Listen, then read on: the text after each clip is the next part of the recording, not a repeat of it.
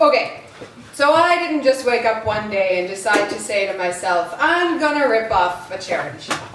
I'd simply wandered in one Saturday afternoon on one of those rare days when I had nothing else to do but sift my way through reams and reams of second-hand shirts and dresses and jeans. I found a few to try on, 2 or 3, pulled the faded paisley curtain across the corner of the shop that had opted to be the fitting room.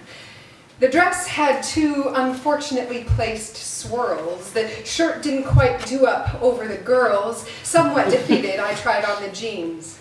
If only you had been there to see how amazing this denim looked on me. From ass to ankle, from knee to hip, these jeans were a heavenly perfect fit.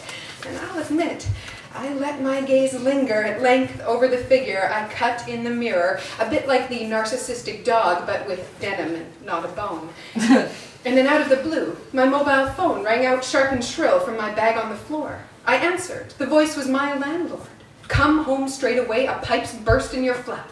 Shoving on my shoes, the call had snapped me out of my narcissistic gaze as I scrambled to run home in a panicked daze. It wasn't until hours upon hours later, after I'd rescued my sodden belongings and papers and mopped up the water I'd managed to stop flow, that I decided to change out of my damp, soggy clothes. And there, clinging to my calves and thighs, were these beautiful jeans, still the most perfect size. And then I realized I hadn't paid.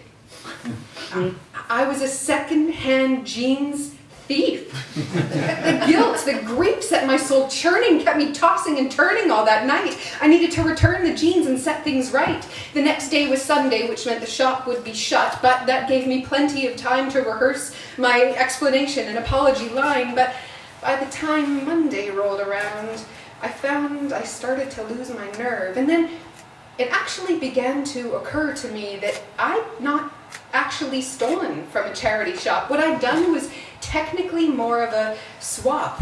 There was still a perfectly wearable pair of jeans that were slightly worn and mostly clean that I'd left on the floor as I'd run out and grabbed the charity shop could sell those instead. See? No theft. It's okay. Everyone wins. Okay, I get it. It is a bit thin, my justification. I'd gained without offering profitization to an organization just trying to set the world to rights, one second-hand sale at a time. But the thing is, these shops still have a bottom line and sales targets they're meant to hit. I mean, as much as we'd like to admit that we're all hell-bent on believing that every single penny spent on the reams and reams of second-hand shirts and dresses and jeans goes directly into the pockets of those most in need, the thing is, these shops still feed into the corporate growth machine, which doesn't mean you should just take off and not pay, but it got me thinking that who's to say that maybe one day I don't have the means to pay money for a second-hand pair of jeans? No distracted phone call rushing me out of the shop, but a genuine need for a genuine swap. And who's to say that maybe one day we don't let money get in the way of making sure we've all at least got the basics? I mean, face it, how many of us can honestly admit we absolutely need all of the shit piled high in our homes? If we went through all of the stuff that we've got and brought together all the stuff we're prepared to swap, then maybe we'd all at least have the things that we need. Maybe we'd even start to feed the growth of a new, compassionate, social order machine. And hell, maybe I'll find another pair of fantastically fitting jeans. Thank you.